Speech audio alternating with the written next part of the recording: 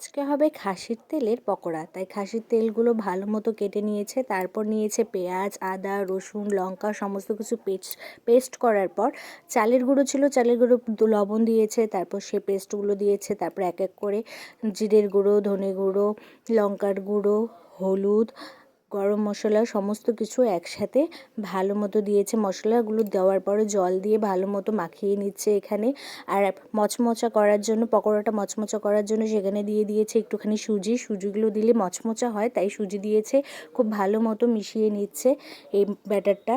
ভালো করে মিশিয়ে নেওয়ার পর সেখানে দিয়ে দেবে খাসির তেলগুলো টুকরো টুকরো করে কাটা হয়েছে। তারপর গরম তেলের মধ্যে এক এক করে খাসির তেলের জন্য ডোম বানিয়ে ছেড়ে দেওয়া হচ্ছে।